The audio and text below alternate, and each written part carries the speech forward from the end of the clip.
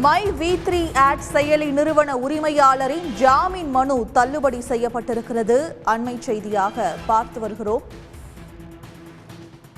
சக்தி ஆனந்தனின் ஜாமீன் மனுவை தள்ளுபடி செய்து சென்னை உயர்நீதிமன்ற நீதிபதி டிவி தமிழ்ச்செல்வி உத்தரவை பிறப்பித்திருக்கிறார்.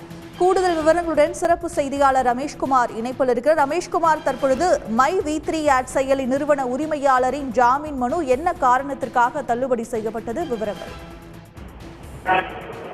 மை வி3 ஆட் செயலிய வீடியோ பார்த்தா அதுல ₹5 முதல் ₹1500 வரை சம்பாதிக்கலாம் என கூறி வாடிக்கையாளர் மோசடி செய்ததாக கோவை சைபர் கிரைம் போலீசார் அவரிடம் புகார் அளிக்கப்பட்டது.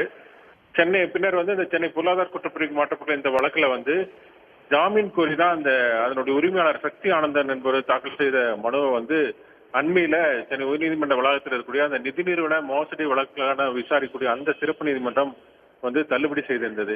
இதனை அடுத்துதான் ஜாமீன் கோரி சக்தி ஆனந்தன் சென்னை உயர்நீதிமன்றத்தில் மனு தாக்கல் செய்திருந்தார். இந்த மனு தான் நீதிபதி டிவி தமிழ்ச்செல்வி முன்பு இன்று விசாரணைக்கு வந்தது.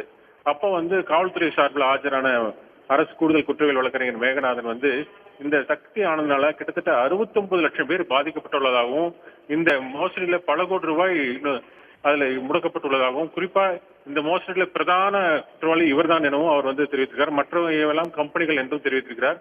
தொடர்ந்து விசாரணை நடைபெற்று வருவதாகவும், இவரை ஜாமீன்ல விட்டா சாட்சியில் கலைத்து விடுவார் என்பதனால இவரை ஜாமீன்ல விடக்கூடாது என்று கடுமையாக எதிர்ப்பு தெரிவித்தார். எனவே இந்த வாதத்தை பதிவு செய்து கொண்ட நீதிபதி தமிழ்ச்செல்வி சக்தி ஆனந்தனுடைய ஜாமீன் மனுவை தள்ளுபடி செய்து உத்தரவிட்டிருக்கிறார். உடனுக்குடன் செய்திகளை தெரிந்து கொள்ள சன் நியூஸ் பெல் ஐகானை கிளிக் பண்ணுங்க.